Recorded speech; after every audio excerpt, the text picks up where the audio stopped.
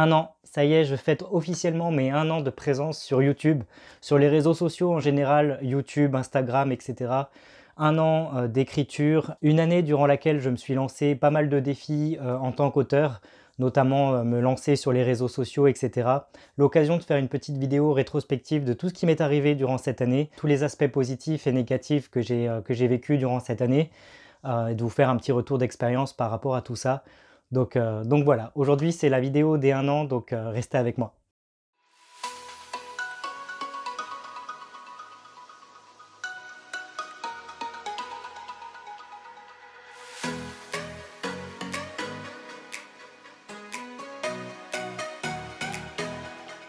Salut à tous, c'est Frenzo et vous êtes les bienvenus sur ma chaîne. Comme je le disais en intro de cette vidéo, aujourd'hui c'est une vidéo un petit peu spéciale dans le sens où c'est une vidéo anniversaire. Je fête mes 1 an sur YouTube, sur les réseaux sociaux en général. 1 an dans l'écriture également puisque je me suis lancé en tant qu'auteur. J'ai franchi cette barrière de l'écriture et j'en suis plutôt fier. Et comme je le disais, c'est l'occasion de faire une petite rétrospective de tout ce qui m'est arrivé. Et je vais aborder tout ça en 4 points vraiment spécifiques. La première partie concerne les réseaux sociaux. La deuxième concerne l'écriture, la troisième partie concernera mes projets en 2022 et la quatrième sera une FAQ spéciale Instagram. Je répondrai aux questions qui m'ont été posées cette semaine. Ça risque d'être une vidéo un petit peu longue. Si tous les sujets ne vous intéressent pas, vous pouvez switcher et regarder le chapitrage en dessous de cette vidéo. Vous pouvez directement passer à la FAQ si vous voulez voir les questions qu'on m'a posées. Vous pouvez directement passer à la partie écriture si c'est ça qui vous intéresse. Mais vous pouvez aussi rester du début jusqu'à la fin, ça me fera super plaisir. Donc j'ai pas mal de choses à vous dire, donc restez avec moi. Première partie, du coup, on parle des réseaux sociaux et je vais vous parler notamment de YouTube. Pourquoi YouTube? Pourquoi j'ai décidé de me lancer sur YouTube il y a 1 an? Il faut savoir qu'il y a 2 ans, au moment du confinement, le premier confinement pour cause Covid, comme beaucoup d'autres auteurs, je me suis mis à vouloir écrire, à reprendre des écrits que j'avais déjà écrits à l'époque, etc. Et j'avais vraiment envie de m'y consacrer à 100%. À l'époque, je venais de perdre mon travail suite à 4 ans de bons et loyaux services. Et je m'étais dit, j'ai des manuscrits qui sont dans mes tiroirs, il faut que j'en fasse quelque chose, c'est l'occasion ou jamais, donc c'est parti. À ce moment-là, je n'avais aucune expérience de l'édition, j'avais aucune expérience des réseaux sociaux. Je pensais que ce que j'écrivais, c'était très bien, et j'ai très vite déchanté avec mon tout premier manuscrit. Quand j'ai vu que j'avais des premières réponses négatives, que certains membres de mon entourage n'osaient pas trop me dire que mon manuscrit était mauvais, je me suis posé des questions, et je me suis dit, c'est l'occasion d'aller voir sur les réseaux sociaux ce que je fais de mal. C'est là que j'ai découvert des chaînes d'auteurs qui sont vraiment populaires et qui sont vraiment hyper intéressantes, notamment la chaîne de Christelle Le Bailly et celle de Tata Nexua, qui ont été les 2 chaînes que j'ai vraiment le plus suivies durant les premiers mois Covid pour apprendre justement à mieux écrire, à apprendre tout ce qui était vraiment en rapport avec le monde de l'édition, ce qu'il fallait faire, ce qu'il fallait pas faire, etc. Donc pendant plusieurs mois, j'ai mangé toutes leurs vidéos du début presque jusqu'à la fin et j'ai enrichi du coup ma petite cervelle de plein d'infos intéressantes, ce qui m'a permis de m'améliorer rapidement et de prendre une décision radicale par rapport à mes écrits. J'ai compris que je voulais vraiment être un auteur, que je voulais vraiment me lancer, mais que ce ne serait pas un chemin facile, que ce ne serait pas quelque chose d'aussi simple que je l'avais pensé au début, et que peu importe le mode d'édition que je choisirais au final ou qui me tombera dessus, c'est-à-dire soit l'auto-édition, soit une maison d'édition, il fallait que je fasse quelque chose par rapport à la future promotion de mes ouvrages. S'il y a une chose que j'ai bien apprise du coup en regardant les vidéos de Christelle Le Bailly et Tata Nexua, c'était qu'il ne fallait pas négliger sa promotion, qu'il ne fallait pas la commencer en retard, que c'était quelque chose qui se commençait vraiment très tôt. Et si on voulait obtenir une promotion correcte le jour de la sortie de son premier roman ou de d'autres romans, il fallait s'y prendre en amont pour éviter les déceptions. C'est à ce moment-là que la question de se lancer sur les réseaux sociaux et notamment YouTube s'est posée, en tout cas pour moi. Je me suis dit, est-ce que je fais comme ces 2 youtubeuses? Est-ce que je me lance? Comment je peux amener ça en attirant des gens à s'intéresser à moi, à ma petite personne? Et comment je fais pour me constituer un petit réseau susceptible d'acheter un jour mon premier roman ou non? Surtout, mais je me répète, je n'avais aucune connaissance dans les réseaux sociaux. Mon YouTube, il contenait une vidéo qui avait 11 vues, 0 like, 0 commentaire. Donc, et j'avais 4 abonnés, donc j'étais vraiment au plus bas. J'avais aucune connaissance sur les réseaux sociaux dans le monde littéraire. Donc j'ai eu très peur de me lancer et je me suis dit, est-ce que je vais y arriver? Je me suis aussi demandé par quoi j'allais commencer. Est-ce que j'allais faire des Reddit de vidéos qu'on connaît tous déjà beaucoup, des vidéos conseils d'écriture alors que je ne suis personne? C'est-à-dire que j'ai un petit peu d'expérience maintenant dans l'écriture, encore plus 1 an après, mais je ne me voyais pas donner des conseils alors que je venais juste d'en recevoir de youtubeurs que j'aimais bien et que je n'avais juste rien publié. Et c'est là que je me suis dit, qu'est-ce que je peux faire pour essayer de rassembler une communauté susceptible d'acheter mon livre un jour si je ne peux pas donner de conseils en écriture et attirer des écrivains. Et c'est là que je me suis dit, bah, comme tu lis beaucoup, comme je lis beaucoup, peut-être que ce serait l'occasion de parler un petit peu lecture et des livres que je lis dans la semaine. Et je me suis dit, ouais, ce serait peut-être pas mal de commencer comme ça, c'est-à-dire de toutes les semaines présenter un ouvrage sur YouTube, un ouvrage qui m'a plu, et puis en faire une petite chronique. Peut-être que des gens seront intéressés par ces vidéos, même si une personne likait la vidéo et me laissait un commentaire de lecture, bah, je serais super content. Et peut-être que petit à petit, j'arriverai à gravir les échelons Internet, YouTube, entre guillemets, et que j'arriverai à me faire mon petit chemin, et peut-être que ça marcherait. Je me suis donc lancé l'année dernière, en janvier, et ça a vraiment été très dur, ça a été la catastrophe. Ma toute première vidéo YouTube littéraire du coup, c'est celle de Bernard Werber sur Sa Majesté des Chats, que vous retrouverez du coup au-dessus de ma tête. Et comme vous pouvez le voir si vous allez regarder cette vidéo, je n'ai pas de micro, je n'ai pas de lumière, je suis crispé, je souris comme ça. Euh, Je suis vraiment mais à l'ouest. J'ai essayé de faire de mon mieux, mais quand on se filme pour la toute première fois, c'est vraiment hyper stressant de regarder la caméra là comme ça et d'essayer de parler à un public qui n'existe pas. On se dit mais est-ce que je fais bien? Est-ce que ça va pas être juste ridicule? Enfin bref, comme vous pouvez le voir sur cette vidéo, je suis vraiment pas à l'aise. Et il a fallu un petit peu de temps pour que ça arrive, pour que je prenne mes marques et que j'arrive enfin à me libérer de cette peur et à faire quelque chose de plus ou moins correct. Je dirais pas qu'un an après, je suis fier de ma chaîne YouTube et de moi personnellement par rapport aux vidéos, mais je pense qu'entre maintenant et entre le début l'année dernière, il y a quand même un grand fossé qui sépare l'ancien Frenzo du nouveau. Et ouais, je suis quand même content par rapport à ça et je pense avoir une marge de progression quand même assez folle. Et ce qui est sûr, et c'est un conseil cette fois que je peux vous donner si vous voulez vous lancer sur YouTube comme moi ou comme tant d'autres YouTubeurs, c'est qu'une fois que vous vous lancez, vous pouvez que progresser et apprendre de jour en jour. Ça paraît un peu insurmontable au début, il y a plein de choses à prendre en compte, les statistiques, les paramètres YouTube, comment faire un bon référencement, comment faire des miniatures qui tapent à l'œil. Parce que si on regarde un petit peu mes anciennes miniatures justement du début de ma chaîne, elles sont juste affreuses. La typographie, elle est laide. Enfin bref, c'est vraiment pas ça. Mais on progresse, on apprend de jour en jour et c'est vrai qu'après ça devient un véritable plaisir et c'est vrai que quand on est dans le feu de l'action, quand on se prête au jeu, c'est vraiment chouette et donc faut pas avoir peur de se lancer. Et pour le coup, on n'est vraiment pas forcé de se ruiner en se lançant sur YouTube. Moi je filme mes vidéos avec mon smartphone, un Galaxy S9 Plus, donc qui commence déjà à être un petit peu daté, un petit peu.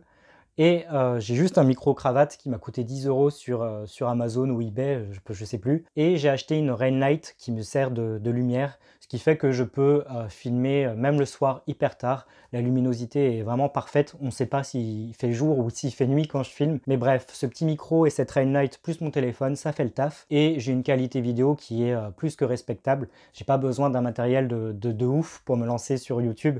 Et vous non plus, si vous visez en tout cas une petite chaîne littéraire comme moi je le fais. Si vous avez comme objectif de vous lancer dans une chaîne littéraire, vous n'avez pas besoin d'investir dans du gros matos. Un petit micro-cravate, une petite lumière, ça suffit largement. Aujourd'hui, un an après m'être lancé sur YouTube, j'ai officiellement plus de 800 abonnés. J'ai une soixantaine de vidéos, des milliers de likes, des centaines de commentaires. Bref, je suis ravi, je suis super content. J'avais pour objectif en lançant ma chaîne d'atteindre en un an les 500 abonnés. Quand j'ai commencé, je me suis dit que ça allait être hyper dur. Les 500 abonnés, je ne les voyais pas au début et je me suis dit mais ça va juste être impossible. Jamais je vais y arriver. C'était un objectif beaucoup trop gros. Et finalement, je l'ai explosé ce record. Je suis arrivé à plus de 800 là en un an. Et finalement, je me suis rendu compte aussi d'une chose qui m'importe beaucoup, c'est que très vite, je me suis rendu compte que je m'en foutais du nombre d'abonnés que j'avais sur ma chaîne YouTube. Non pas que je suis très content d'avoir 800 et quelques abonnés, de frôler les 1000 et de continuer à augmenter mon nombre d'abonnés et de vues dans le temps, loin de là, mais en fait, c'est pas ce qui me préoccupe le plus sur ma chaîne YouTube. Le plus important pour moi, c'est de faire vraiment ce que j'aime. Et c'est pour ça que 800 abonnés, ça peut paraître beaucoup pour certains. Pour d'autres, ça paraît peu. J'ai d'ailleurs des abonnés qui me disent régulièrement Oh, ta chaîne, elle est trop bien, mais t'as pas beaucoup d'abonnés. Il faudrait que tu continues. C'est dommage. Comment ça se fait que t'as pas autant d'abonnés que ça, etc. Ce qu'il faut savoir, c'est que moi, sur ma chaîne littéraire YouTube Canal Frenzo, quand je me suis lancé et encore aujourd'hui, il y a des choses que je ne fais pas avec ma chaîne YouTube qui font que ça a un impact plutôt négatif, entre guillemets, sur la chaîne. Par exemple, beaucoup de youtubeurs qui se lancent sur Booktube, les chaînes littéraires, ces auteurs, ils participent à des challenges YouTube, à des nanos, à des book hauls. Ils font des espèces de chaînes de lecture qui sont hyper suivies sur les réseaux sociaux et sur YouTube notamment. Et ça leur fait une visibilité immense. Et très vite, certains ont un nombre croissant d'abonnés qui va vraiment péter, qui va vraiment augmenter. Et ils vont être suivis par beaucoup de personnes. J'ai vu des auteurs qui se sont lancés sur... Des auteurs ou des lecteurs aussi. Des auteurs et des lecteurs qui se sont lancés sur YouTube en même temps que moi ou même beaucoup plus tard et qui m'ont dépassé en nombre d'abonnés. Aujourd'hui, ils en ont 1000, presque 2000 et ils explosent vraiment tous sur leur passage et c'est tant mieux pour eux. Et c'est vrai que je me suis posé la question du est-ce qu'il faut que je fasse comme eux? Est-ce qu'il faut que je participe à des hashtags? Est-ce qu'il faut que je fasse des chaînes, des book hauls, des mois de lecture spécifiques, etc. Et je me suis dit, mais non, moi personnellement, j'aime bien regarder ce genre de vidéos chez eux, mais c'est pas quelque chose que moi j'aime faire. Moi, ce que j'aime faire sur ma chaîne YouTube, c'est lire un livre dans la semaine et vous le présenter tous les lundis quand je peux. Sauf que ça, même si moi ça me fait beaucoup plaisir, c'est pas quelque chose qui fonctionne sur YouTube. On va pas se mentir, en vous présentant un livre par semaine, ça n'attire pas beaucoup de monde, surtout quand il s'agit de livres qui sont peu connus comme les livres en auto-édition. Mais moi, personnellement, j'aime pas trop les vidéos où je vais vous présenter 4-5 livres dans une même vidéo, où je vais m'attarder que quelques minutes sur un ouvrage, puis quelques minutes sur un autre, et on aura vite fait le tour, et puis ce sera oublié. Moi, ce que j'aime bien, c'est prendre mon temps sur un bouquin qui m'a plu, vous le présenter durant 10, 15 ou 20 minutes, voire plus peut-être, ou peut-être moins, mais vraiment y aller jusqu'au bout et avoir fait un travail entre guillemets sérieux par rapport à ce bouquin. C'est un format que moi j'adore, même s'il ne marche pas, et je me suis dit que je voulais le conserver, que je continuerai à le conserver, peu importe le succès. Et je sais qu'en faisant ça, je réduis ma visibilité sur Booktube. Je sais qu'en ne participant pas à tous ces hashtags, comme je le disais, ces challenges, etc., je mets un frein au fait que ma chaîne puisse être connue. Mais c'est quelque chose dont je suis conscient, c'est quelque chose que j'accepte, puisque de toute façon, c'est quelque chose que j'aime faire. Et je pense que c'est le plus important, c'est de faire quelque chose qu'on aime avant tout et de ne pas se sentir forcé de faire des choses que les autres font pour espérer augmenter son nombre d'abonnés, de commentaires et de likes, etc. Il faut rester soi-même. Et je ne m'interdis pas un jour de participer à un challenge ou à un anneau ou à un book haul ou peu importe. Mais en tout cas, moi, ça ne me correspond pas. Et même si ça met un frein au niveau visibilité, je m'y retrouve. Et malgré tout, je vais quand même rester honnête, même si je fais une vidéo d'un livre par semaine, certaines de mes vidéos littéraires ont eu énormément de succès. Évidemment, c'est surtout les livres populaires, des livres comme La Nuit des Temps, Les Impatientes ou Les Derniers Prix Goncourt. En général, ils ont une bonne visibilité sur ma chaîne, j'ai pas mal de retours au niveau des commentaires et des likes. Et c'est vrai que quand c'est des petits ouvrages qui sont pas très connus ou de livres d'auteurs auto-édités que j'affectionne beaucoup, qui sont vraiment pour le coup pas très connus, ça attire moins de monde puisque de toute façon les gens, s'ils ne connaissent pas l'ouvrage en question, ils ne vont pas le taper dans leur barre de recherche YouTube. Et c'est ce qui explique que une vidéo que je fais sur un auteur édité va avoir 30, 40 vues, un ou deux commentaires. Et de l'autre côté, vous allez avoir le dernier prix Goncourt qui va avoir, je sais pas, 2000 vues, 60 commentaires, etc. La différence, elle est assez folle, mais ça s'explique par le fait que je parle d'un livre hyper connu, surtout à l'instant T, et d'un auteur qui n'est pas connu et qui essaye d'être connu. Mais c'est ce contraste-là que moi j'affectionne beaucoup. Je peux vous présenter des ouvrages qui ne sont pas très connus et qui peuvent vous donner envie, comme avec des auteurs auto-édités ou des petits romans de petites maisons d'édition. Et à contrario, on peut se lancer dans des super débats avec des romans dont tout le monde parle et qui sont tout aussi intéressants. Et ça, c'est l'aspect YouTube que j'aime bien, en tout cas sur ma chaîne, avoir le plaisir de vous présenter tout un tas d'ouvrages différents. Comme vous le savez, si vous me suivez un peu, je lis vraiment de tout. Ça me permet quand même de vous proposer tout un panel de livres différents et c'est plutôt sympa, que ce soit pour vous ou pour moi en tout cas, et j'en suis très content. Mais pas que, si vous me suivez un petit peu sur YouTube, vous savez que je fais des vidéos qui ne sont pas toutes littéraires. Sur ma chaîne, vous pouvez retrouver des vidéos de séries télé, de films, d'émissions de télé-réalité comme koh que j'affectionne vraiment beaucoup. Un petit peu moins cette année, j'avoue, avec cette édition All-Star, mais passons. Je commence aussi un petit peu à parler d'écriture, de retour d'expérience, etc. Enfin bref, j'élargis ma niche YouTube.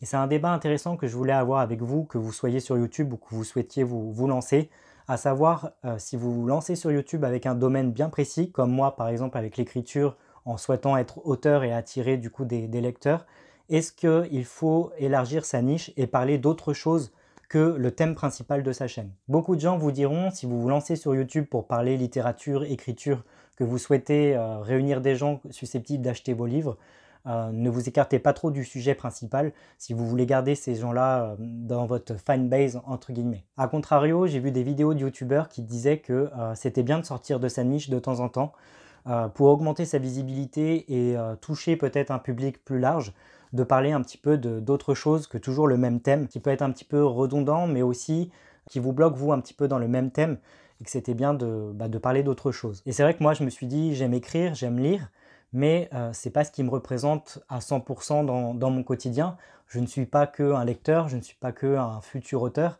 je suis multifacette comme vous sans doute. J'avais envie de montrer d'autres choses, d'autres parts de ma personnalité, et je me suis dit, allez, je vais parler koh puisque j'aime bien koh je vais parler du dernier film que j'ai été voir au cinéma, je vais parler série, et même si ça n'a rien à voir avec ma communauté littéraire, avec ce que je cherche à faire à la base, c'est-à-dire réunir des gens qui pourraient être susceptibles d'acheter mon livre un jour, eh ben, ils vont acheter mon livre, oui, mais ils vont aussi s'intéresser à la personne et à l'auteur derrière cet écrit. Et derrière cet écrit, il y a quelqu'un qui aime les émissions télé, quelqu'un qui va au cinéma, quelqu'un qui aime la vie, qui fait du sport. Et donc du coup, c'est tout un package que je vous propose de ma personnalité. Et je pense qu'on est beaucoup comme ça sur les réseaux sociaux et sur YouTube.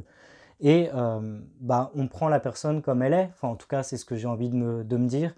Et j'ai pas envie surtout de m'interdire de faire des choses que j'aime. Et donc je me suis lancé en faisant autre chose que des vidéos littéraires. Et j'ai commencé à proposer des vidéos de séries télé, de films, de koh etc. Un petit peu d'écriture aussi. Et ouais, je me suis lancé du coup sur des vidéos qui n'avaient rien à voir avec l'écriture et la littérature. Et ce que je peux vous dire du coup en retour d'expérience un an après, c'est que je ne regrette absolument pas. Pourquoi? Parce que du coup, les gens qui se sont intéressés à mes vidéos films, séries ou koh qui ont été mes vidéos les plus vues, les plus commentées et les plus likées de ma chaîne YouTube en un an, et ben, les gens qui sont venus, certaines personnes qui sont venues sur les vidéos koh par exemple, sont du coup des personnes qui sont venues aussi voir mes vidéos littéraires entre-temps. Parce que là, je vous parlais de moi et de mon côté multifacette, mais les gens qui sont derrière leur écran, vous, du coup, vous êtes pareil que moi. Et donc, du coup, il y a des gens qui regardent koh mais qui aiment lire. Il y a des gens qui regardent le dernier film que j'ai été voir au cinéma, qui aiment lire, qui aiment écrire. Et donc, du coup, ils vont être intéressés également par mes autres vidéos. Ce qui fait que attirer des gens sur des vidéos qui n'ont rien à voir avec mon thème de base, va peut-être les attirer sur d'autres vidéos que j'ai fait en amont, et du coup c'est tout bénef pour moi. Et là je suis entièrement transparent avec vous parce que c'est vrai, c'est la vérité, c'est un constat flagrant en fait. Le fait d'avoir fait des vidéos qui sortaient un petit peu de ma niche habituelle m'a permis d'avoir des abonnés en plus, des gens hyper gentils avec qui parler, qui sont intéressés à moi, à mes projets. Et donc du coup, moi à mon petit niveau et par rapport à mon retour d'expérience, si vous vous lancez sur YouTube, mon conseil, c'est vraiment de faire ce que vous voulez, ce que vous aimez, ne pas trop vous éloigner effectivement de votre sujet de base. Si c'est l'écriture comme moi, faites que votre chaîne reste un petit peu quand même dans ce thème-là le plus souvent possible.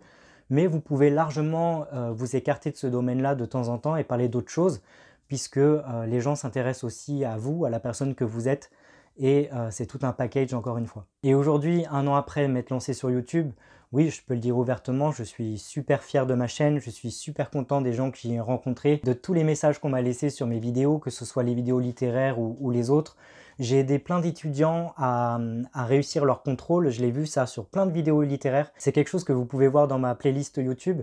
Vous avez une playlist particulière qui s'appelle Littérature étudiante, dans lequel je parle de romans susceptibles d'être proposés à l'école. Et je sais que ça a aidé pas mal d'étudiants durant leur contrôle.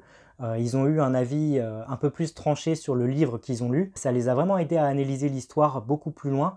Et franchement, quand je reçois des commentaires d'étudiants qui me disent « Ah merci, grâce à vous, j'ai encore mieux compris l'histoire, je me suis beaucoup plus imprégné de l'histoire », moi, ça me touche beaucoup et je suis vraiment, je me dis, j'ai pas fait ça pour rien, je suis super content. Quand je reçois des commentaires de gens qui me disent « Merci pour vos vidéos, elles sont top, on a hâte de lire votre livre », je me dis, c'est parfait, j'ai vraiment été au bout de ce que je voulais faire. Donc franchement, je suis super content par rapport à YouTube, j'espère que l'année 2022 sera aussi belle. Je suis fier de vous, mes petits abonnés, je suis fier de moi, je suis fier du contenu que je propose. J'espère que je continuerai comme ça pour la nouvelle année et que je continuerai à vous proposer plein de choses intéressantes. Je compte bien vous proposer tout un tas de lectures comme je l'ai fait cette année avec des gens différents. Vous proposer des retours d'expérience au niveau de l'écriture. Je m'apprête à sortir mon tout premier ouvrage chez les éditions du Saule cet été, en 2022. Donc j'aurai pas mal de choses à dire par rapport à ça aussi, donc soyez au rendez-vous. Et encore une fois, si vous voulez vous lancer sur YouTube et que vous tombez sur cette petite vidéo, n'hésitez pas, le plus dur c'est de se lancer, c'est d'oser, mais une fois que c'est fait, on prend vraiment son pied et c'est vraiment top d'avoir un échange avec les gens Et moi, c'est quelque chose que j'aime faire. J'adore répondre à tous les commentaires qu'on me laisse, même si c'est un peu en retard des fois parce que c'est un peu chronophage. On va pas se mentir, hein, tenir une chaîne YouTube, c'est difficile. Faire des vidéos, c'est dur, des scripts, monter la vidéo, l'héberger, tout ça, ça prend énormément de temps à côté de l'écriture, à côté de la lecture, à côté du boulot, du sport, de la vie familiale, etc. Ça prend énormément de temps. Ça, c'est quelque chose qui est très difficile à gérer, notamment pour moi. Je m'en sors pas trop mal, j'essaie de tenir un rythme assez régulier. Mais hormis ça, si vous voulez vous lancer, si vous êtes prêt à vous dire que c'est quelque chose qu'il faut faire régulièrement, foncez, ne lâchez rien. Maintenant, je vais vous parler du deuxième réseau social sur lequel je suis vraiment beaucoup. Il s'agit d'Instagram. Instagram que j'ai démarré en même temps que YouTube du coup l'année dernière, un Instagram complètement littéraire où je prépare en amont de mes vidéos YouTube mes posts concernant mes lectures, mais aussi l'écriture et la future publication de mes ouvrages. Donc je me suis lancé sur Instagram l'année dernière en même temps que YouTube et c'est un petit peu pareil que YouTube. J'ai vraiment eu une croissance folle sur ce réseau social qui, on va pas se mentir, est une vitrine pour les auteurs, notamment les auteurs auto-édités, mais même les auteurs publiés en maison d'édition se servent d'Instagram pour promouvoir leur ouvrage, pour échanger avec les autres auteurs, etc. Et je dois dire que globalement, c'est une communauté vraiment ultra bienveillante. C'est vraiment chouette Instagram, du côté auteur en tout cas et du côté lecteur. Si vous n'y êtes pas, je vous invite à y aller, à me retrouver d'ailleurs dessus. Encore une fois, vous pouvez me retrouver sur tous les réseaux sociaux au nom de Canal Frenzo. Et encore une fois, là-bas sur Instagram, c'est vraiment chouette. Vous pouvez y retrouver mes posts sur mes prochaines lectures, sur mes écrits, etc. Allez faire un petit tour et puis vous verrez aussi mes réels, mes stories du quotidien, etc. C'est vraiment un réseau social très sympa. Et encore une fois, ouais, je pense que c'est là-bas que j'aurai le plus justement de lecteurs et de potentiels acheteurs de mon roman parce que j'ai réussi à fédérer une petite communauté plutôt sympa, comme YouTube, mais un peu plus grosse. Et Instagram, c'est facile d'utilisation, c'est vraiment chouette, vraiment addictif. Faut faire attention de ne pas y rester trop longtemps pour pas péter de câble, mais c'est vraiment chouette. J'ai fait de magnifiques rencontres là-bas sur Instagram, des rencontres virtuelles, mais plus récemment, j'ai rencontré des auteurs en vrai, pas beaucoup, quelques-uns, et c'était vraiment chouette, c'était super agréable. J'ai passé des super moments à échanger avec eux. Donc je vous conseille vraiment Instagram si vous n'y êtes pas encore en tant qu'auteur, n'hésitez pas. Et comme je vous le disais, je me suis lancé sur les réseaux sociaux en vue de faire ma promotion à l'avance. De ne pas partir de zéro au moment de la sortie de mon livre, parce que beaucoup d'auteurs font ça, c'est-à-dire qu'ils négligent leur promotion de leur ouvrage. Quand leur livre va être publié, que ce soit en maison d'édition ou en auto-édition, ils vont se dire « Ah mince, j'ai pas fait de publicité, il faut que je parle de mon livre ». Certains vont alors faire plein de boulettes, ils vont faire du harcèlement auprès des abonnés, ou même des gens qui ne sont pas abonnés à eux, que ce soit sur Instagram ou sur d'autres réseaux. Ils vont envoyer des messages privés en disant « Achetez mon livre ». Et c'est vraiment pas ce qu'il faut faire pour fédérer des potentiels acheteurs. Il faut s'y prendre à l'avance. Donc moi, c'est ce que j'ai fait depuis un an. Je me suis mis sur les réseaux sociaux pour préparer un petit peu ma promotion, fédérer un petit peu des gens intéressés par le même contenu que moi. Et je dois dire qu'aujourd'hui, j'ai une petite vitrine Instagram plutôt sympa et de potentiels lecteurs qui m'attendent au tournant là, dans quelques mois quand mon livre va sortir. Et j'en suis hyper heureux. Si vous voulez vous lancer dans l'écriture en tant qu'auteur, mon conseil vraiment principal que je vous donne, c'est de préparer votre promotion à l'avance. Vous n'êtes pas obligé de vous lancer sur YouTube si YouTube vous fait peur, mais vous pouvez en tout cas vous constituer une belle vitrine Instagram avec la communauté qu'il y a là-bas au niveau des auteurs et des lecteurs. Vous trouverez forcément votre plaisir là-bas. Et encore une fois, faire quelque chose de sympa de votre compte et attirer de potentiels lecteurs. Et j'ai créé quelque chose il y a quelques mois de ça sur Instagram qui a son petit succès entre guillemets. Ça s'appelle la nuit des auteurs Instagram. Et tous les mois, j'interviewe des auteurs.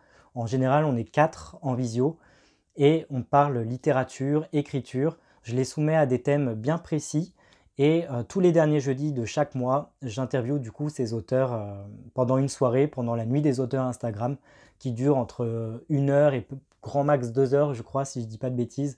Mais c'est quelque chose que j'ai créé il n'y a pas très longtemps et que j'aime beaucoup. J'ai rencontré beaucoup d'auteurs avec des univers différents qui sont hyper intéressants. Vous pourrez d'ailleurs retrouver sur mon Instagram les fameuses nuits des auteurs en vidéo. Elles sont enregistrées là-bas, donc n'hésitez pas à aller faire un tour. Vous pourrez trouver la nuit des auteurs du mois de novembre, de décembre, et celle de janvier, la troisième, du coup, elle a lieu dans 2 semaines, le dernier jeudi du mois de janvier. Donc si vous avez envie de participer à un live, vous pourrez participer dans le chat, poser des questions aux auteurs et à moi-même en direct. Et si vous êtes auteur et que vous avez envie de parler en tant que participant dans le live, vous pourrez vous inscrire aux prochaines sessions des Nuits des auteurs quand je les ouvrirai. En tout cas, c'est une petite soirée sympa qui a lieu tous les mois et je prends beaucoup de plaisir à faire ça sur Instagram. Donc voilà, c'était le petit truc en plus qui s'est rajouté dernièrement et que j'aime beaucoup et que je voulais vous parler ce soir. Donc encore une fois, YouTube et Instagram pour moi c'est entièrement lié. C'est ma vitrine, c'est moi, c'est ma promotion pour mon futur ouvrage, mes futurs ouvrages. Et c'est le lieu où je rencontre le plus de gens, que ce soit en virtuel ou en réel, avec lesquels je discute le plus possible, que ce soit mes abonnés Insta ou mes abonnés YouTube. Et je dois dire que ces deux réseaux sociaux sont ceux que je vais garder le plus longtemps possible, tant que je continuerai à écrire et à lire comme ça. Donc voilà. En me lançant sur les réseaux sociaux, je me suis aussi mis à TikTok et à Twitter. Sauf que là, ça n'a pas été une grande réussite pour ces deux réseaux sociaux. J'ai osé TikTok parce que la vitrine TikTok est importante. C'est un réseau social plutôt jeune qui touche une cible quand même assez folle, assez différente aussi. Et j'ai bien compris que pour élargir justement sa visibilité, il fallait s'ouvrir à d'autres réseaux sociaux. Et c'est pour ça que je me suis lancé sur TikTok. Ce qu'il faut savoir, c'est que sur TikTok, j'ai explosé les records avec une vidéo débile de Claude François où j'imite Claude François pendant quelques minutes sur une chanson. Et elle a tellement eu de succès alors qu'elle n'avait rien à voir avec toutes les vidéos que je faisais littéraires juste avant. Mais elle a explosé. Aujourd'hui, elle a 200 000 vues, 8000 likes, des centaines de commentaires. Et grâce à elle, j'ai explosé mon nombre d'abonnés. Je suis à 1700 abonnés aujourd'hui, ce qui me permet de faire des lives, ce qui n'est pas possible si vous n'avez pas 1000 abonnés. Enfin bref, j'ai explosé mon record. Alors c'était très drôle, c'était très chouette, mais en vrai, ça m'a rien apporté de spécial concernant l'écriture. Finalement, sur TikTok, il n'y a pas d'interaction plus que ça avec les gens, en tout cas pas beaucoup. Les gens qui ont aimé ma vidéo Claude François ne sont pas forcément allés voir mes vidéos littéraires à côté. Je mens un petit peu parce que c'est vrai que j'ai eu beaucoup plus de visibilité sur mes autres vidéos littéraires grâce à ça, mais j'ai pas eu vraiment beaucoup de retours. J'ai pas eu de gens qui m'ont dit on a envie d'acheter ton livre grâce à TikTok, loin de là. Avec TikTok, on est vraiment plus dans le paraître, dans l'image, on est plus vraiment dans le côté scroll et dans le côté un petit peu superficiel des réseaux sociaux. Et c'est vrai que malgré ce succès que j'ai eu avec ma vidéo Claude François et le fait que mes vidéos globalement soient plutôt bien regardées, j'ai un petit peu de mal avec TikTok et dernièrement j'y suis pas allé depuis un long moment. J'arrête pas de me dire qu'il faut que je continue à faire des vidéos un petit peu comme YouTube, que je fasse des vidéos littéraires et où je fais d'autres choses comme là avec Claude François. Mais c'est vrai qu'en un an, j'ai pas ressenti une différence folle. Si aujourd'hui je retirais TikTok de mon téléphone, ça aurait aucun impact sur tout ce que j'ai fait cette année. Alors que si je retirais YouTube ou Instagram, je perdrais vraiment deux grosses vitrines assez énormes dans ma promotion, ce qui n'est pas le cas avec TikTok. Alors je vais quand même continuer TikTok, je vais me forcer à refaire des nouvelles vidéos, littéraires notamment. On verra ce que ça donne pour l'année 2022, si j'arrive à faire en sorte de réunir des gens un petit peu là-bas. Pour l'instant, ce n'est pas le cas, mais je n'abandonne pas, on verra bien. Twitter maintenant. Twitter, j'y arrive pas. Twitter, c'est le réseau social sur lequel je suis un gros caca. Franchement, je suis juste invisible sur ce réseau social. J'ai beau essayer d'avoir des interactions avec les gens, de poster des trucs, je passe inaperçu, je sais juste peut-être pas m'en servir en fait. Peut-être que c'est ça le truc avec Twitter, peut-être que j'ai pas su l'appréhender comme il fallait, mais globalement il m'apporte absolument rien et je pense que je n'apporte absolument rien aux gens là-bas en y étant. Donc si vous avez des conseils par rapport à Twitter à me donner pour élargir sa visibilité, toucher un public d'auteurs ou de lecteurs un peu plus gros, n'hésitez pas à me donner vos conseils, j'essaierai de voir ça pour cette nouvelle année 2022. Mais clairement, Twitter est au point mort et pour l'instant, je ne suis pas hyper motivé à faire plus d'efforts que ça, tant les autres réseaux sociaux me prennent du temps. Si vous vous posez la question par rapport à Facebook, sachez que Facebook est le seul réseau social que je garde à titre personnel, c'est-à-dire que mon Facebook, c'est la vie privée, c'est la famille, les amis, les voyages, etc. Ce n'est pas un compte littéraire ou écrivain. Peut-être que je me mets une barrière en ne faisant pas une page auteur Facebook, je sais que beaucoup le font, mais les autres réseaux sociaux, encore une fois, me prennent tellement de temps que j'arriverai pas à gérer une page internet en plus et que j'ai besoin, moi, d'un réseau social uniquement pour la famille, pour les amis, un truc qui n'a rien de professionnel, mais juste vraiment un truc pour se détendre, quoi. Et donc, du coup, Facebook, c'est parfait pour ça. Donc voilà. On passe maintenant à la deuxième partie de cette vidéo, à savoir l'écriture et mon métier d'auteur. Comme vous le savez ou pas, à côté de mon travail d'auteur et de futur écrivain, j'ai un travail à temps complet qui me prend beaucoup de temps. Mais pour éviter d'en reparler, je vous invite à regarder ma vidéo introduction de la chaîne où je parle de mon métier et de ce que je fais à côté de l'écriture. Ça vous aidera à en apprendre un petit peu plus sur moi. Mais c'est vrai qu'encore une fois, quand on veut être écrivain, mais qu'à côté on a un travail, qu'on fait du sport, qu'on fait des vidéos YouTube, de la lecture, de la bêta lecture, qu'on a une vie familiale, etc. Ben, c'est difficile de se dégager du temps et de trouver du temps pour écrire, mais malgré tout, c'est ce que j'essaie de faire et je pense que cette année, je m'en suis pas trop mal sorti. Dans ma vidéo d'introduction de la chaîne où je me présente, je vous parle de mon tout premier manuscrit justement que j'ai écrit lors du premier confinement, celui qui m'a amené justement à l'écriture et à y revenir. Il s'appelle Evil City et pour ceux qui me suivent un peu, vous savez que ce roman-là est au placard et qu'il va y rester, je pense, un long moment, peut-être même ad vitam aeternam, puisque c'est un manuscrit que j'ai écrit quand j'avais 15 ans, qui est bourré de fautes, d'incohérences, de clichés, etc. Enfin, il n'y a rien qui va dedans. Et en plus, je l'avais soumis en maison d'édition telle quelle, parce qu'à l'époque, je faisais n'importe quoi. Et du coup, ça reste une mauvaise expérience, mais une expérience positive, puisque j'ai appris plein de choses par rapport à mes erreurs, par rapport à ce manuscrit. Et donc voilà, ça c'était le premier manuscrit que j'avais écrit, mais il est au placard. Ce qu'il faut savoir, c'est qu'il y a quelques années, j'ai écrit un témoignage qui s'appelle Dans l'ombre des jasmins, qui est un témoignage autobiographique du coup, qui raconte mon histoire quand j'étais étudiant et que je travaillais en maison de retraite en même temps pendant les vacances scolaires. C'est un témoignage brut, assez difficile, parce qu'il m'est arrivé des choses pas très glorieuse. Quand je travaillais là-bas en maison de repos, j'ai vu des choses assez horribles. Il m'est arrivé des situations assez glauques.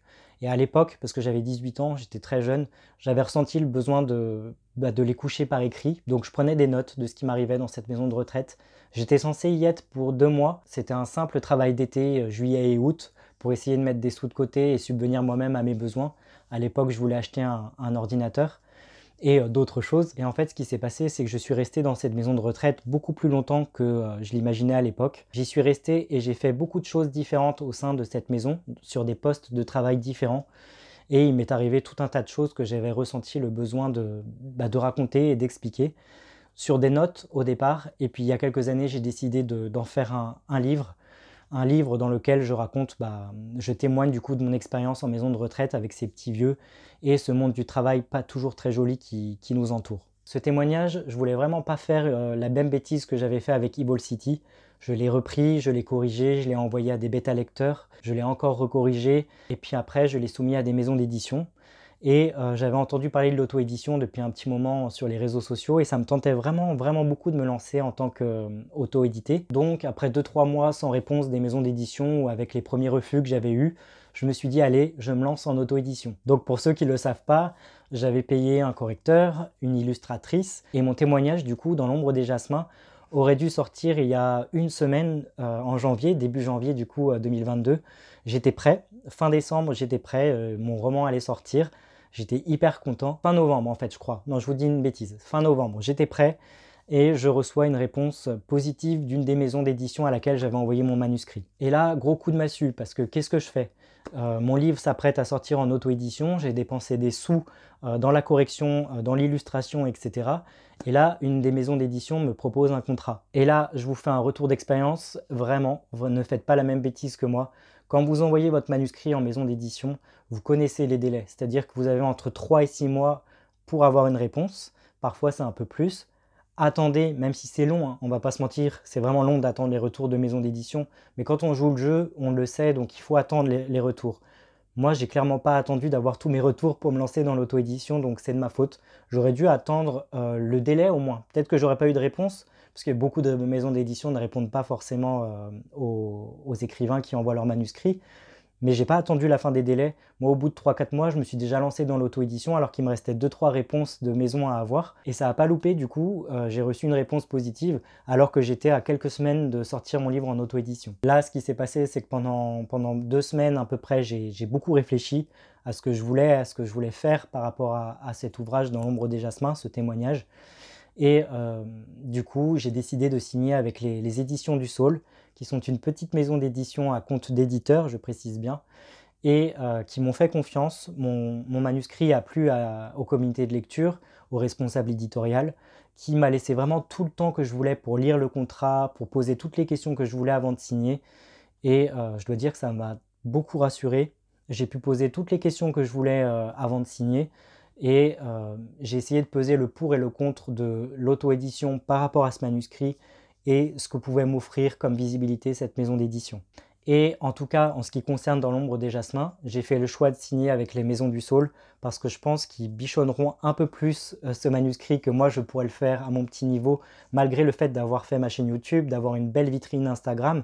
Je pense qu'ils ont quelque chose en plus à m'apporter et c'est vraiment l'expérience que moi je cherchais en tant qu'auteur. Pour ceux qui me connaissent un petit peu, vous savez que j'ai pour objectif de devenir un auteur hybride. Un auteur hybride, c'est quelqu'un qui est édité par des maisons d'édition et en auto-édition. Et moi, je veux vraiment l'expérience des deux. Je veux pouvoir auto-éditer mes livres un jour et avoir l'expérience d'une maison d'édition. Alors c'est beaucoup plus facile, même si c'est dur, de se lancer en auto-édition puisque c'est vous qui choisissez ça, mais vous ne pouvez pas choisir d'être choisi par une maison d'édition. Donc là, je me suis dit, si je ne signe pas avec les éditions du Saule, qui me dit qu'une telle chance se reproduira dans le futur? Si ça se trouve, mes prochains manuscrits ne seront pas acceptés en maison d'édition et je ne pourrai jamais avoir cette expérience d'être hybride comme je le voulais. Puis bref, j'ai signé, ce qui fait que du coup, ça a stoppé la promotion de cet ouvrage Dans l'ombre des jasmins, mon petit témoignage en maison de retraite, qui aurait dû du coup sortir en début d'année. Là, il aurait dû sortir il y a quelques semaines. Il est repoussé à l'été 2022, processus éditorial oblige. Le temps qu'il fasse les corrections, qu'il fasse la mise en page, qu'il me propose une couverture, etc., qui s'occupe de leur propre auteur et de leur promotion actuellement, ça prend plusieurs mois. Donc le responsable éditorial m'a dit que mon roman devrait sortir cet été si tout va bien. Donc c'est repoussé, mais j'ai envie de dire c'est un mal pour un bien. J'ai hâte de voir ce qu'ils vont me proposer, les retours qu'ils vont me faire par rapport à la correction, voir ce qu'ils vont me proposer comme couverture, parce que moi ma couverture que j'avais créée avec mon illustratrice, elle me plaisait vraiment beaucoup. Donc j'ai hâte de voir ce que eux ont retenu de mon ouvrage, leur interprétation au niveau de la couverture. J'ai hâte de découvrir ça, de participer potentiellement à mes premiers salons d'auteurs. Donc tout ça, ça va être une expérience que je vais partager avec vous en 2022. J'ai hâte que vous lisiez mon témoignage. J'espère qu'il vous parlera. C'est un peu dur de dire j'espère que vous aimerez, parce que vous pouvez aimer ou pas un roman, mais un témoignage, c'est comme si vous disiez à quelqu'un j'aime pas ta vie. C'est un peu gros, hein, dit comme ça, mais c'est vrai que c'est dur de dire à quelqu'un. Enfin, on ne peut pas dire à une personne on aime ou on n'aime pas sa vie ou un passage de sa vie. C'est ça qui est un peu difficile avec les témoignages. En revanche, j'espère qu'il vous parlera. J'espère que ce témoignage évoquera quelque chose chez vous par rapport à nos petits vieux. On vieillit tous, on a tous des parents qui sont vieillissants ou des grands-parents.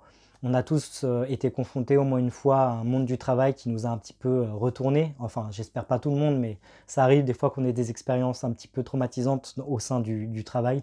Et c'est ces petites notions-là, cette notion de l'humain que j'aborde dans l'ombre des jasmins, qui j'espère vous plaira. C'est un petit témoignage, il ne faut pas s'attendre à de la grande littérature. Je me fais plus plaisir dans les écrits fantastiques que j'écris normalement. Mais dans ce témoignage, je vais vraiment dans le brut de l'histoire. Ça parle vraiment de conditions de travail, de petits vieux, de collègues, de postes de travail. C'est peut-être pas le thème le plus intéressant au monde. L'écriture est simple, je m'en cache pas. Mais peut-être que le fond du message vous touchera. Et si c'est le cas, j'espère que vous me laisserez des commentaires et qu'on aura surtout l'occasion d'en rediscuter ensemble. En tout cas, je suis super content parce que mon premier ouvrage a trouvé sa petite maison d'édition. Donc j'ai hâte de suivre ce processus et de le partager avec vous. Je suis super content parce que j'ai appris énormément de choses en un an sur l'auto-édition. Je sais maintenant comment on s'auto-édite, plus ou moins. Il y a encore des petits détails qui m'échappent et que j'allais apprendre avant de tout stopper. Mais j'ai quand même une grosse marge de progression par rapport à l'édition, ce qui fait que j'ai de l'expérience et que je peux vous expliquer tout ça et c'est super chouette. À côté de ça, je continue à bien avancer dans l'écriture. J'écris actuellement mon deuxième roman. Je compte pas Evil City, le manuscrit qui est au placard. Je le compte pas comme un des romans que j'écris. Je compte vraiment mon manuscrit témoignage qui va être édité au mois de juin peut-être, ou enfin en tout cas cet été 2022. Et un nouveau que je suis en train d'écrire, un drame fantastique. Mais j'aurai l'occasion de vous en reparler d'ici là. Donc ce que je peux vous dire par rapport à ça, c'est que j'ai trouvé ma routine d'écriture, j'ai réussi ma promo en un an, j'ai vraiment trouvé ma voie entre guillemets et je suis vraiment hyper satisfait un an après. Mes objectifs sont atteints. Troisième partie de cette vidéo, et je crois qu'elle va être un petit peu longue cette vidéo, mais tant pis, c'est mes projets concernant 2022. Qu'est-ce que je peux vous annoncer pour 2022, mes prochains objectifs, etc. Et ben sachez que dans quelques semaines, fin janvier ou début février, peut-être avant, j'espère, va sortir mon tout premier site internet. Mon site internet qui s'appellera probablement Canal Frenzo aussi, sur lequel vous pourrez retrouver du coup toute mon actu, que ce soit mon actu littéraire, mes écrits. Vous pourrez vous procurer mes ouvrages lorsqu'ils sortiront. Dans l'ombre des jasmins sera disponible sur mon site si vous souhaitez le commander en pré-vente, avoir des petits cadeaux gratuits. Mais pas que, je vous proposerai aussi également des prestations, des petites prestations concernant la bêta lecture ou la mise en lumière si vous êtes auteur via des services presse. Alors ce sont des petites prestations qui vont devenir payantes, que je faisais bénévolement depuis un certain temps, depuis un peu plus d'un an, mais qui me prennent tellement de temps par rapport à tout le travail que j'ai à côté, que je suis contraint, entre guillemets, de les faire payer. Alors quand je dis ça, attention, hein, je ne ferai pas payer comme tous ces gens que vous voyez sur les réseaux sociaux qui, ça y est, ont publié un livre ou quoi et font payer 300 € une prestation pour de la bêta lecture, pour autre chose ou des formations, etc. Moi, c'est pas ça. C'est juste que bah, lire un manuscrit me prend du temps. Quand je fais un retour bêta lecture, je fais des annotations sur Word, mais je joins également des fiches lecture où je reprends en détail la cohérence de l'histoire, les personnages, les répétitions, enfin bref, il y a au moins une vingtaine de champs que je passe vraiment en revue dans le manuscrit et ça prend énormément de temps à côté de tous mes projets et c'est pour ça que j'ai envie de continuer à le faire, mais que je ne peux plus continuer à le faire à titre gratuit parce que c'est du travail et que tout travail mérite un petit salaire. Surtout que moi, d'un point de vue auteur, mais d'un point de vue lecteur, quand je passe par de la bêta lecture pour mes propres manuscrits, bah moi ça ne me dérange pas de payer un bêta lecteur, je le fais, hein, d'ailleurs je paye des bêta lecteurs, pas tous, parce qu'il y en a qui continuent à le faire gratuitement et c'est très bien aussi, mais c'est vrai que quand un bêta lecteur va me demander 50 €, 60 € pour une bêta lecture, si c'est quelqu'un de confiance et qui fait vraiment bien son travail, bah ça ne me dérange pas. Alors moi par contre, ce ne sera pas à ces tarifs-là, je suis en train de réfléchir à ces prestations-là, je pense qu'on restera dans la dizaine, quinzaine d'euros, grand max, pas plus. Peut-être un tout petit peu plus pour les prestations de service presse, parce qu'un service presse n'est pas que lire le livre d'un auteur, c'est aussi en faire une vidéo YouTube. Et comme je vous le disais, c'est chronophage, ça prend beaucoup de temps. Et donc du coup, peut-être que ces tarifs-là, je les reverrai peut-être un peu à la hausse, mais on n'en est pas encore là et ça arrivera dans les prochaines semaines, donc j'aurai l'occasion de vous en reparler. Mais voilà, sur mon site internet, vous pourrez retrouver du coup mon ouvrage, mes prestations concernant la littérature et aussi toutes mes activités sur Instagram comme la Nuit des auteurs ou très prochainement cet été aussi, je le dis en exclu, il y aura le prix concours de la nouvelle Instagram. Le prix concours et pas le prix Goncourt qui récompensera du coup la meilleure nouvelle Instagram sur un thème imposé. Ça arrivera cet été et j'ai vraiment hâte de vous en reparler. Bref, la création de ce site internet, c'est quelque chose qui me tient à cœur, que je suis en train de finaliser là actuellement. Et ce sera vraiment l'endroit qui réunira vraiment tous mes réseaux sociaux, YouTube, Instagram, mes livres, etc. Tout sera réuni sur mon site internet. Et je pense que c'est bien d'avoir un lieu où toutes ces informations seront disponibles. Et j'ai hâte de vous le présenter. Donc ça, c'est mon gros projet en 2022 avec bien sûr la sortie de mon premier ouvrage. Alors entre les réseaux sociaux, l'écriture et mes projets 2022, je crois que j'ai à peu près fait le tour. Donc je vous propose de passer à la quatrième et dernière partie, cette fameuse FAQ Instagram que j'ai proposée du coup il y a une semaine. Vous avez joué le jeu, vous m'avez posé des questions, j'en ai reçu plein. Donc c'est parti. Alors pour cette FAQ, j'ai pas préparé mes réponses. J'ai vu vite fait les questions, je les ai notées sur une feuille que j'ai à côté de moi et que je vais lire. Je préfère vous apporter une réponse en live, je trouve que c'est plus naturel. Et puis ce sera complètement transparent du coup. J'espère ne pas être pris trop au dépourvu, mais en tout cas j'avais envie vraiment de jouer le jeu en live. Donc c'est parti. Et on commence avec une question de Lado Vintage qui me demande si d'écrire sur mon expérience professionnelle dans mon roman m'a permis d'exorciser ce que j'ai vécu. Donc qui fait référence du coup à Dans l'ombre des jasmins, mon témoignage en maison de retraite. Et est-ce que ça m'a permis d'exorciser ce que j'ai vécu? La réponse c'est oui, un grand oui. C'est d'ailleurs pour ça que j'ai pris des notes à l'époque de ce qui m'arrivait quand je travaillais en maison de retraite. C'était pour ne pas oublier et aussi pour en parler. Parce que ce qu'il faut savoir, c'est que les situations que j'ai vécues, qui étaient assez graves à mon sens en maison de retraite, j'en ai jamais parlé à personne. Ça me fait un peu peur d'ailleurs de vous le dire comme ça, parce que je sais que quand vous allez... Enfin, les personnes qui vont lire mon manuscrit, enfin mon témoignage du coup, quand il sortira, ils vont savoir une partie de ma vie. Vous allez connaître un bout de mon histoire, pas très rose hein, d'ailleurs, un petit peu glauque même. Et oui, ça me fait un peu peur, mais c'est vrai que moi j'avais vraiment ressenti le besoin effectivement d'exorciser tout ça. J'avais vraiment envie de partager mon histoire avec des gens, dire ce que j'avais vécu, pas forcément pointer du doigt des personnes ou dénoncer telle ou telle situation, mais juste en parler, parce que je pense qu'il faut libérer cette parole quand ça va pas sur son lieu de travail, que ça va pas quand il y a de la maltraitance envers des personnes, que ce soit des personnes âgées comme là ou d'autres. Et, j'avais aussi envie de dire à des gens qui potentiellement sont dans la même situation que moi aujourd'hui, des jeunes qui découvrent le monde du travail et qui se font bouffer, ou même des personnes moins jeunes, des personnes qui osent pas dire non et qui se font marcher dessus. Il y en a partout dans le milieu du travail, que ce soit en maison de retraite ou ailleurs. Et j'avais vraiment envie de faire, de partager ça avec ce genre de personnes. Donc exorciser, oui, ça m'a grave permis d'exorciser tout ça. Et j'espère aussi surtout que je pourrais partager ça avec des gens qui ont vécu la même chose et qui se sentaient comme moi je l'étais à l'époque, c'est-à-dire complètement largués et perdus et démunis. Alors j'ai plusieurs questions maintenant de Dimitri Olivier qui me demande: quelles sont tes inspirations pour écrire? Musique, film, roman? Euh, Le premier manuscrit que j'ai écrit, du coup, qui est au placard et qui sortira pas, c'est la source d'inspiration, c'était les séries télé, notamment la trilogie du samedi. Mais c'est vrai qu'il y avait beaucoup de séries télé comme Buffy, Charmed ou encore Roswell qui m'ont inspiré pour mon manuscrit Evil City qui verra jamais le jour. Donc ça, c'était ce qui m'avait inspiré à l'époque.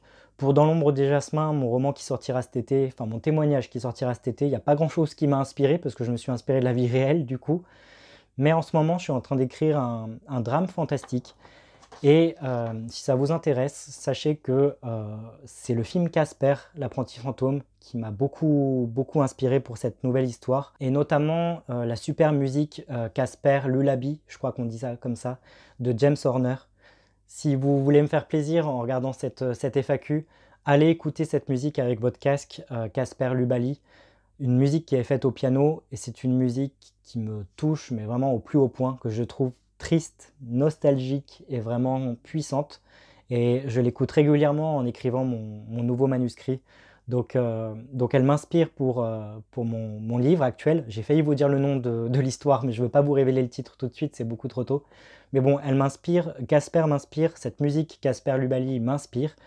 Mais également, si vous avez l'occasion d'écouter la musique Time de Inception, mais jouée au piano par Peter Buka, si vous tapez Peter Buka, je vous mets l'image là, Peter Buka Time au piano, cette musique-là, plus celle de Casper Lullaby, plus celle d'Emilia Big Big World, ce sont les trois chansons que j'écoute en boucle pendant que j'écris mon nouveau manuscrit. Elles sont déprimantes, elles sont tristes, elles sont nostalgiques, hein, on va pas se cacher, mais c'est un peu le thème de mon roman. Donc écoutez ces trois musiques, n'hésitez pas à me faire un petit retour pour me dire si vous aimez ou pas. Ensuite, Dimitri Olivier me demande comment je sélectionne mes chroniques YouTube, hasard ou ce que je vois sur les réseaux sociaux. Bonne question. En fait, comme je lis un petit peu de tout, je me fais une liste sur Word des prochains achats, lectures ou des prochaines lectures que j'ai envie de lire. Alors, par exemple, là, dans les prochaines semaines, il peut y avoir, je sais pas moi, Stephen King, Harry Potter, des auteurs auto-édités, etc. Je me fais une liste, je sais quel livre je vais lire telle semaine, et puis automatiquement il y aura une chronique vidéo. Mais vraiment je choisis ce qui me fait plaisir, j'essaie de varier les genres pour pas lire pendant plusieurs semaines consécutives un même thème. J'ai pas envie de lire de la romance, 4 livres de romance pendant un mois, j'essaye de lire un peu de fantastique, un petit peu de BD, un petit peu de contemporain, etc. Enfin j'essaie de changer. Ma palle, elle est faite sur un an à chaque fois, donc là j'ai des livres à lire jusqu'à fin 2022. Mais j'exclus pas l'idée des fois de la modifier. Quand j'ai vraiment envie de lire un livre particulier, je le déplace dans ma palle et j'en fais une vidéo en même temps. Par exemple, là à Noël, j'ai reçu les nouvelles éditions de Harry Potter de chez Gallimard en version illustrée. Elles sont juste magnifiques et elles n'étaient pas dans ma palle à la base. Mais là, clairement, le tome 1, L'école des sorciers en version illustrée, elle va passer là dans les prochaines semaines sur ma chaîne parce que j'ai envie de le lire. Globalement, j'y vais au feeling.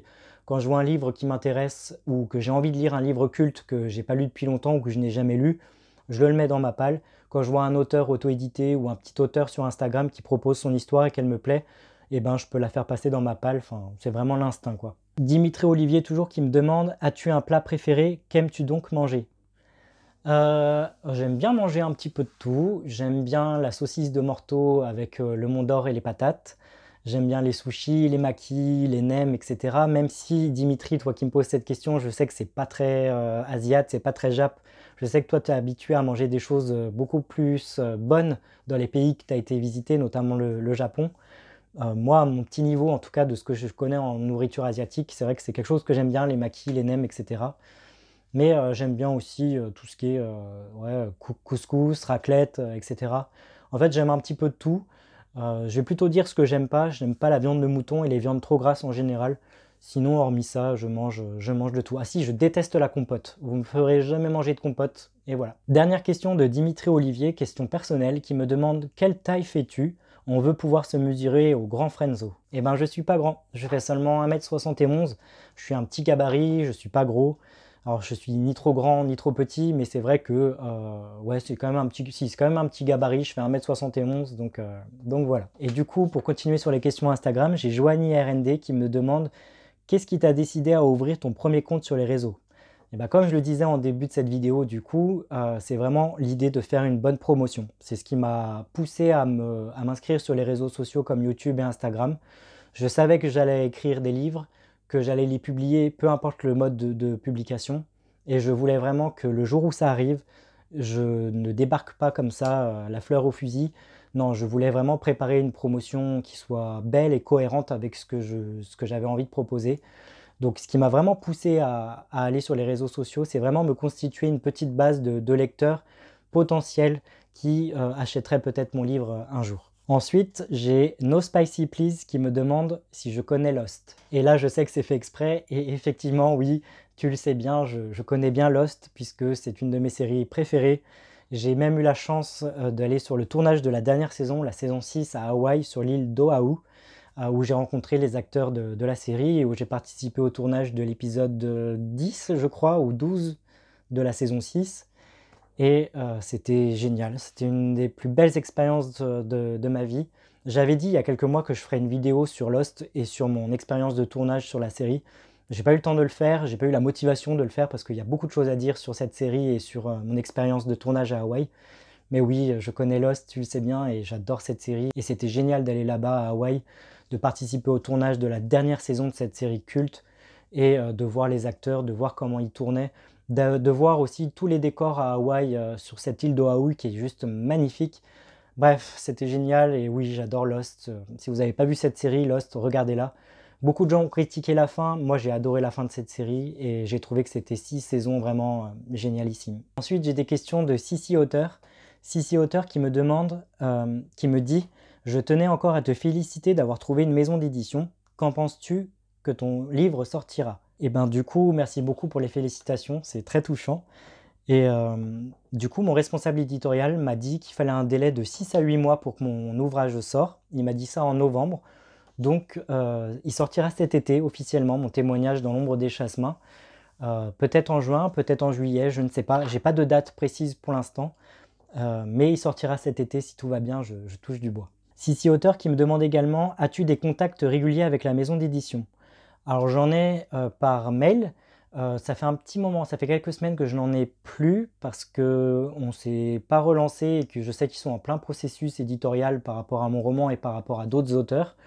Mais je pense que ça ne saurait tarder, en tout cas je ne m'inquiète pas, je sais qu'ils sont sur leur travail et il n'y a pas de souci par rapport à ça. Et il m'avait dit en plus que si j'avais la moindre question, il était disponible, le directeur. Je lui ai envoyé des mails auxquels il m'a répondu, donc il n'y a pas de problème par rapport à ça. Sissi Auteur toujours qui me demande: combien de livres voudrais-tu lire cette année? Combien de livres je voudrais lire cette année? Eh ben, j'aimerais bien continuer d'en lire un par semaine, même si ça commence à devenir un petit peu dur de suivre le rythme, surtout selon la taille du livre que je lis. Là, actuellement, je suis en train de lire Les Chroniques des Bridgerton 5 et 6, et c'est juste un pavé énorme. Et là, il m'a fallu 2 semaines et je ne l'ai pas fini, mais il me faut 2 semaines pour le lire. Mais si j'arrive à lire un livre toutes les semaines jusqu'à la fin de l'année, si j'arrive à lire une soixantaine de bouquins, je serai content. Après, j'essaie de ne pas me mettre la pression par rapport au nombre de livres lus, mais j'espère, ouais, une bonne soixantaine, ce serait cool. Sissi Auteur, tu avances bien dans l'écriture? Ouais, j'avance super bien. Mon drame fantastique, mon premier jet, il est fini depuis plusieurs mois. Entre chaque relecture, je laisse un bon mois passer, un bon mois et demi, histoire d'avoir les idées au frais. C'est un conseil que j'ai reçu de youtubeurs, d'auteurs youtubeurs, et je pense qu'ils ont raison. Il faut prendre le temps par rapport à la relecture. Il faut essayer d'aérer l'esprit entre chaque correction. Là, j'en suis à ma 3e phase de relecture. J'avais imprimé mon manuscrit et j'ai corrigé par écrit les fautes parce qu'elles sautent plus aux yeux selon moi quand vous l'imprimez plutôt que de corriger sur l'ordi. Et là en ce moment je suis en train de faire les corrections que j'avais faites sur mon manuscrit, je suis en train de les retaper sur ordi et de recorriger encore une fois. Sachant que je vais encore laisser reposer le manuscrit quand j'aurai fini dans quelques semaines. Je vais le laisser reposer un mois et demi. Et je le reprendrai pour une dernière relecture, une 4e et dernière relecture, avant de l'envoyer en bêta lecture et de l'envoyer ensuite en correction et de nouveau soit en maison d'édition, soit en auto-édition. Ça, je ne sais pas encore ce que je vais faire par rapport à ce manuscrit, mais en tout cas, j'avance bien et il y a une 12aine de chapitres dans ce nouveau roman et j'en suis aujourd'hui au 5e ou au 6e chapitre. 6e, j'ai terminé la correction du 6e, de retaper le 6e chapitre sur Word, donc j'avance bien et je suis vraiment content. Sissi Auteur toujours qui me demande si j'arrive à dégager du temps pour écrire. Ben, c'est ce que je disais dans cette vidéo et dans d'autres vidéos, c'est vrai que j'ai un peu du mal. J'essaye de me fixer des objectifs avec tout ce que j'ai à faire à côté, que ce soit le travail, le sport, la lecture, la bêta lecture, tout ce qui prend mon quotidien. C'est pas évident de se dégager du temps pour écrire. Avant, j'essayais de m'accorder soit 1 heure le matin, soit 1 heure le soir. En ce moment, j'y arrive pas, donc j'écris pas tous les jours. Mais j'ai aussi appris que c'était pas grave. On écrit quand on peut, quand on a la motivation, quand on a envie. Ça sert à rien de se forcer. En tout cas, moi, se forcer, ça ne sert à rien. Donc, j'essaye d'écrire quand je peux et quand j'en ai envie. Et là, en ce moment, mon petit objectif, c'est vraiment de corriger un chapitre par jour de mon nouveau roman. Et pour l'instant, j'y arrive, donc je suis content. Sissi Auteur toujours, qui m'a posé beaucoup de questions, qui me demande quels conseils je donnerais au moi petit, au moi quand j'étais petit.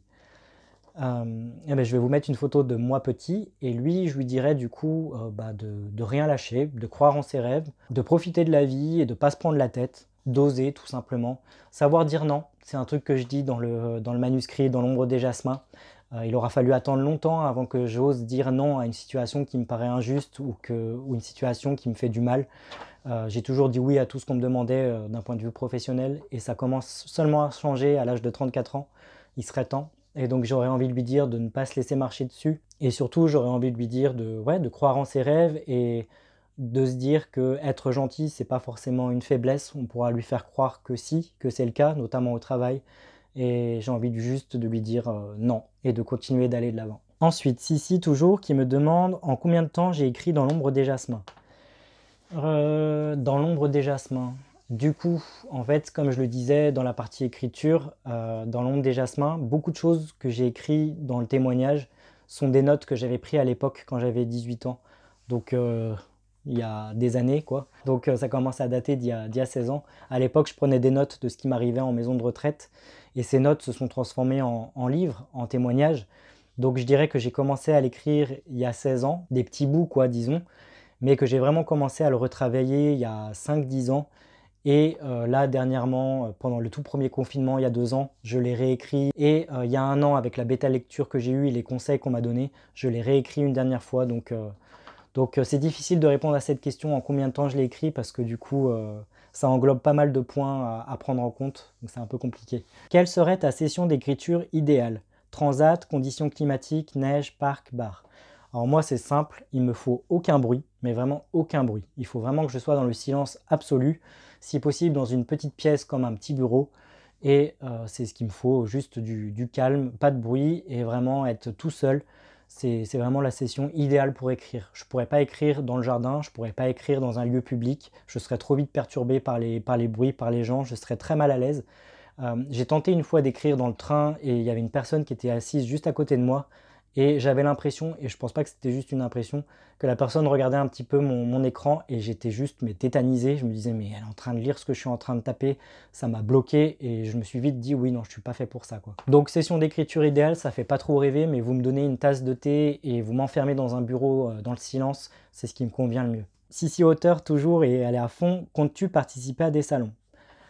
Alors pour mon témoignage dans l'ombre des jasmins, j'ai eu beaucoup de doutes par rapport à ça. Parce que c'est un témoignage du coup j'ai dû changer le nom des personnes avec qui j'ai travaillé à l'époque. Même moi, mon identité a changé dans le livre.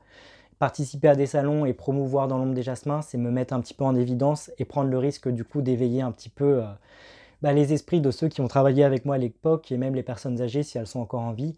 Donc je ne savais pas trop si je voulais parler de ce roman et faire des salons avec ce témoignage. J'ai vraiment envie de faire des salons sinon à part ça. Mais je me suis demandé du coup si j'avais envie de le faire. J'en ai discuté avec mon responsable éditorial des éditions du Saule. Et oui, du coup, il y aura probablement des salons. Et je sais que le département du livre Occitanie va m'aider également à la promotion de mon ouvrage. Et je participerai sûrement à des salons, effectivement, ou même je ne sais pas comment on dit, mais oui, des séances de dédicaces ou des choses comme ça. Et il y en aura pour Dans l'ombre des jasmins. Donc j'ai hâte de voir ce que ça va donner. Dernière question de Sissi Auteur. Ta maison d'édition t'organisera-t-elle une dédicace? Eh ben oui, je crois que, enfin c'est même pas je crois, quand je l'ai eu au téléphone les premières fois, mon responsable éditorial, il m'a demandé si c'était quelque chose que je voulais faire. Il me l'a demandé dans le sens où j'écrivais un témoignage et il voulait s'assurer du fait que j'avais envie de parler d'un témoignage et de faire des dédicaces par rapport à ça. Donc j'ai dit oui. Je pense qu'il y en aura. Si jamais il n'y en a pas avec la maison d'édition, ce ne sera pas grave. Je pense qu'il y en aura dans des librairies, dans des centres commerciaux ou même dans des événements propres à la région Occitanie qui va m'aider par rapport à ça. Donc encore une fois, j'ai hâte. Mais je pense que la maison d'édition, j'ai vu qu'elle faisait des salons et des dédicaces avec ses auteurs. Donc avec un petit peu de chance, je pense que ce sera le cas pour moi aussi. Ensuite, j'ai une question de Shadow of Writing qui me demande pourquoi as-tu commencé à écrire? Alors, j'ai commencé à écrire un petit peu par hasard. C'était un concours de circonstances. En fait, à l'époque, mon meilleur ami et moi, on regardait beaucoup de séries télé. Et ce qui s'est passé, c'est qu'un jour, on avait eu envie d'écrire notre propre série télé avec nos propres personnages. On était tellement à fond dans les séries qu'on voulait créer la nôtre. Et on s'était lancé le défi d'écrire un scénario de série télé. Et mon ami, je crois à l'époque, ou je sais plus, j'ai un doute maintenant, mais bref, ça s'est transformé en livre. Je sais plus si l'idée venait de moi ou de lui, mais on s'est lancé le défi d'écrire un livre. Lui n'a pas été au bout, moi j'ai été au bout, et c'est justement Evil City, le roman qui est au placard aujourd'hui. Mais c'est comme ça que m'est venue l'envie d'écrire. Et une fois que j'avais commencé à écrire cette histoire-là, j'ai écrit plein d'autres choses. J'ai pris plein de notes sur plein de choses qui m'arrivaient dans la vie. Et voilà, c'est comme ça que ça arrivé.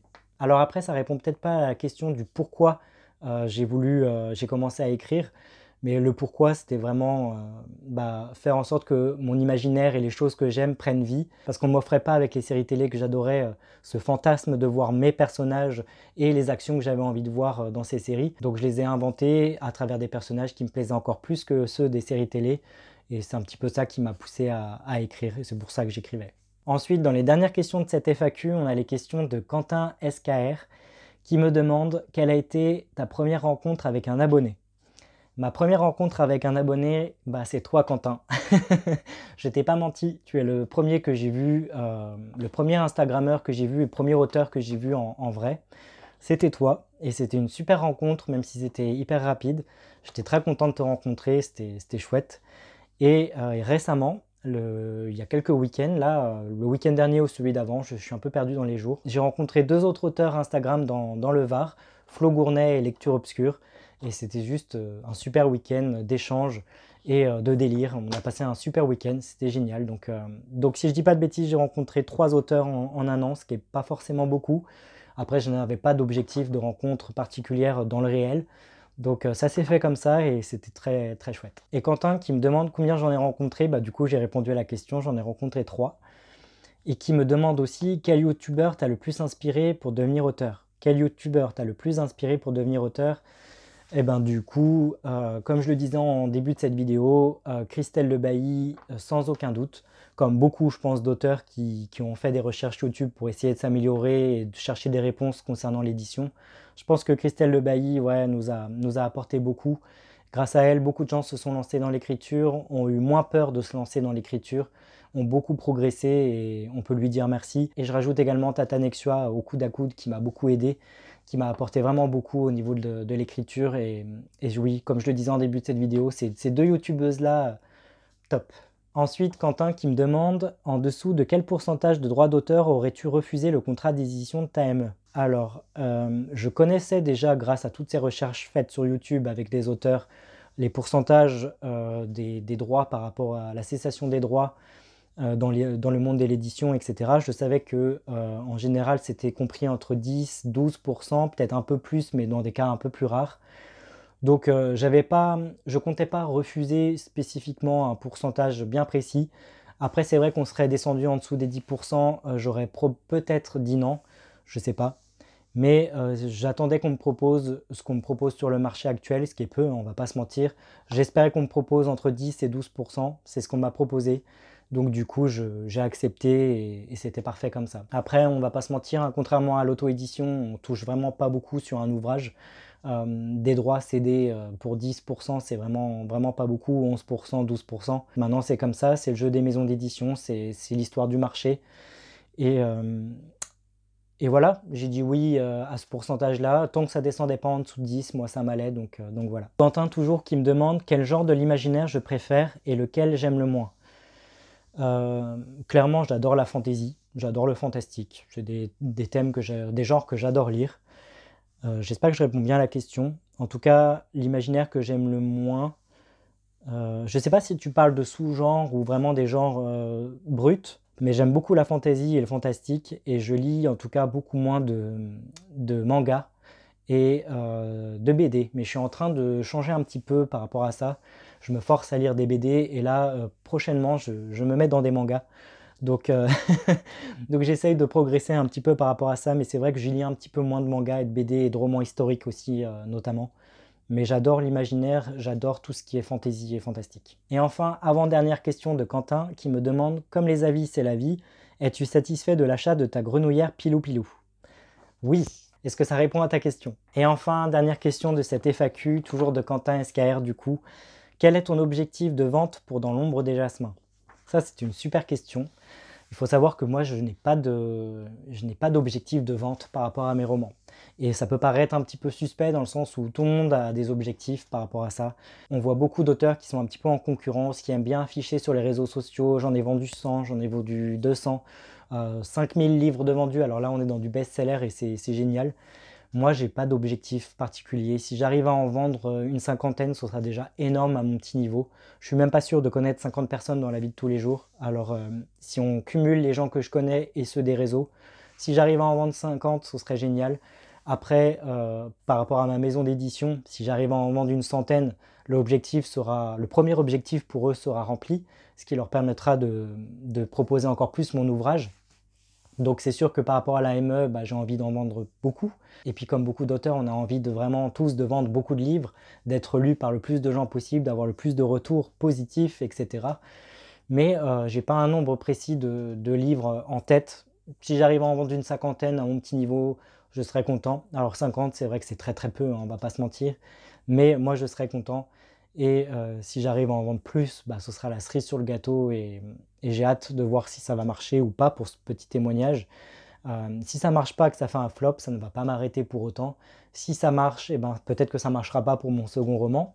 Peut-être que ça marchera pas pour aucun des romans que je vais sortir, mais je me prends pas la tête. Je suis arrivé à un stade de ma vie où je sais ce qui est important ou pas. Je sais aussi que je suis dans un état d'esprit quotidien qui est plutôt positif et je me laisse rarement abattre. Donc même si j'en vends pas beaucoup, c'est pas grave. Si j'ai des retours négatifs et que les gens n'ont pas aimé, c'est pas grave. Je saurai toujours rebondir, donc on verra bien. En tout cas, oui, si j'en vends plein, je serai content.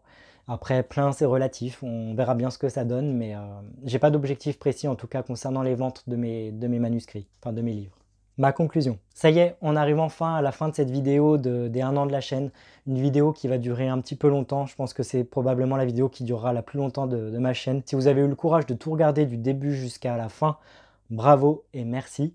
Et sinon, j'espère que les thèmes abordés dans cette vidéo vous auront plu. J'ai essayé de vraiment d'être le plus transparent et honnête avec vous. Donc voilà. Merci encore de m'avoir suivi durant toute cette année 2021, de vous être abonné à ma chaîne, d'avoir lâché des commentaires, des likes, de m'avoir suivi sur les réseaux sociaux, de parler de mon futur roman, d'être peut-être là à la sortie de celui-ci cet été. Tout ça, ça me touche, je suis vraiment content et j'ai hâte de cette nouvelle année 2022 qui vient de commencer. Pas mal de jolies choses m'attendent avec l'arrivée de mon site internet, l'arrivée de mon premier témoignage du coup cet été. Plein de belles choses à raconter, plein de nouveaux objectifs, plein de nouvelles rencontres, ça va être chouette. J'ai hâte de continuer de partager ça avec vous. Donc voilà, je vous remercie tous d'avoir regardé cette vidéo, d'avoir laissé des commentaires, d'être présents dans mon quotidien, que ce soit virtuel ou réel.